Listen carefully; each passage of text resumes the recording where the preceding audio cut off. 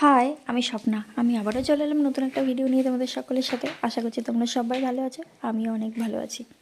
হ্যাঁ, আচ্ছা, আমার এই ভিডিওটা তোমরা কে কোথায় থেকে দেখছো একটা সুন্দর কমেন্টের মাধ্যমে আমাকে একটু প্লিজ জানিও। হ্যাঁ, আজকে তোমাদের সাথে সুন্দর একটা ছোট্ট একটা মজার কথা শেয়ার করি।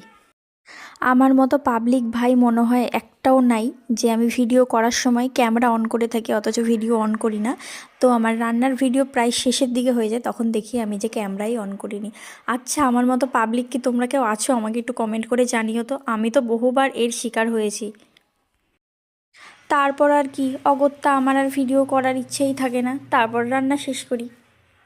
আজ আমি রান্না করছি পাবদা মাছ। তো প্রথমেই পাবদা মাছটা দিয়েই একটুখানি তেলের ছিটা খেয়ে নিয়েছি ভালোভাবে। ঢাকনা চাপা দেওয়ার সুযোগ আমার আর হয়নি। তোমরা কিন্তু ভাজতে গেলে অবশ্যই ঢাকনা চাপা দিয়ে রেখো, আর নয় আমার মতো দশা হবে তোমাদের। প্রথমে আমি কটা মাছ ভেজে তুলে রেখেছি, তারপরে বাকি যে মাছগুলো ছিল সেগুলো আমি ভেজে তুলে নিচ্ছি।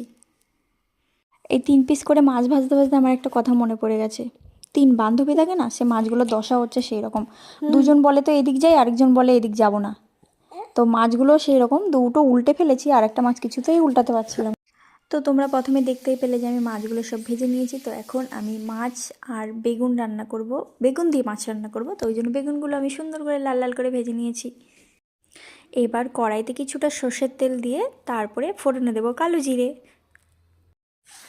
কালো জিরে দিয়ে কেটে রাখা পেঁয়াজ কুচি দেওয়ার পরে টমেটো কেটে রেখেছিলাম সেটাও আমি দিয়ে দিলাম। তো টমেটো আর পেঁয়াজ হালকা ভাজা ভাজা করে নেব। 3 থেকে 4 মিনিট আমি পেঁয়াজ আর টমেটো ভাজা করে নেওয়ার পরে এবার দিয়ে দেব লঙ্কা বাটা, আদা জিরে বাটা, আর এখানে লবণ আর হলুদ দিয়েছিলাম। তো জলে গুলে এই মশলাটা আমি দিয়ে দেবো।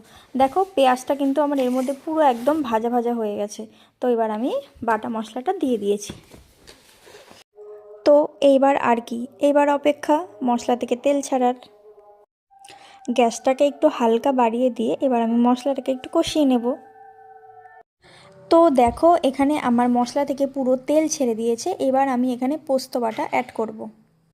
পোস্ত বাটা অ্যাড করার পরে 1 থেকে 2 মিনিটের মধ্যেই যে ভেজে রাখা মাছ আর বেগুনটা ছিল সেটা আমি দিয়ে দিয়েছি। সো সেটা দেওয়ার পরে এবার আমি 1 মিনিটের মধ্যে জল দিয়ে দিয়েছি। যেহেতু মাছ আর বেগুন দুটোই দিয়ে দিয়েছিলাম, তো এখন খুন্তি দিয়ে আর নাড়া যাবে না, নাড়লেই মাছটা ভেঙে যাবে। তো আর কি করার, তারপরে আমি জল দিয়ে দিয়েছি। তো জল দিয়ে 5 থেকে 7 মিনিট ফুটতে দিয়েছি আমি।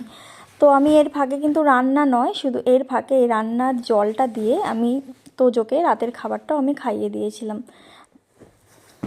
ঢাকনা চাপা দিয়ে আমি তোজোর খাবার খাওয়াতে গেছিলাম। প্রায় 20 থেকে 25 মিনিট পর এসে দেখি আমার তরকারি একদম রেডি হয়ে গেছে। তো আমার রান্নাতে লবণ সব